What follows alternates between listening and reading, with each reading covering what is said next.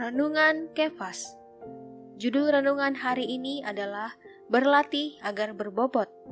Ayat Alkitab dari Mazmur pasal 141 ayat 3 dan 4. Awasilah mulutku ya Tuhan, berjagalah pada pintu bibirku.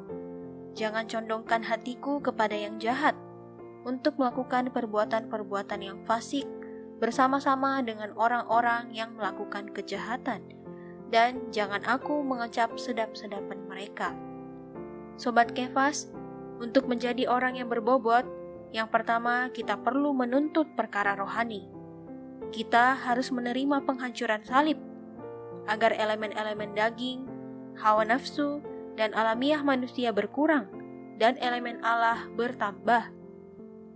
Seperti yang dikatakan dalam Yohanes pasal 3 ayat 30, ia harus makin besar atau bertambah, tetapi aku harus makin kecil atau berkurang.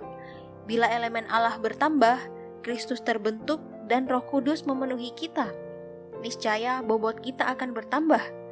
Bila kerohanian kita makin matang, pasti kita makin berbobot. Seperti padi, semakin matang, semakin berat, dan semakin merunduk ke bawah. Yang kedua, kita perlu belajar dalam tutur kata. Kita tidak bisa sembarangan berbicara dan bertindak.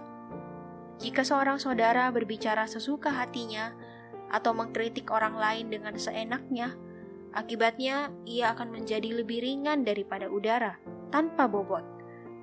Itulah sebabnya kita harus berdoa seperti Daud dalam Mazmur 141 ayat 3 dan 4. Awasilah mulutku ya Tuhan, berjagalah pada pintu bibirku.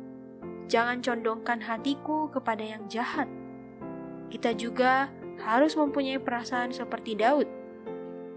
Tuhan, Engkau menyelidiki dan mengenal aku. Engkau mengetahui kalau aku duduk atau berdiri. Engkau mengerti pikiranku dari jauh. Engkau memeriksa aku kalau aku berjalan dan berbaring. Segala jalanku Kau maklumi. Sebab sebelum lidahku mengeluarkan perkataan, sesungguhnya semuanya telah Kau ketahui ya Tuhan.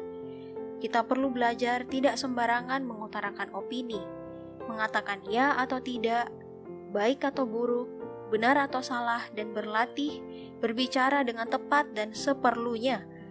Mari kita berdoa. Tuhan, ampuni aku sering sembarangan dalam berbicara dan dalam bertindak. Biarlah Tuhan sebagai hayat makin bertambah dalamku, sehingga dalam hidupku aku bisa senantiasa memperhidupkan firman-Mu. Amin. Tuhan Yesus memberkati.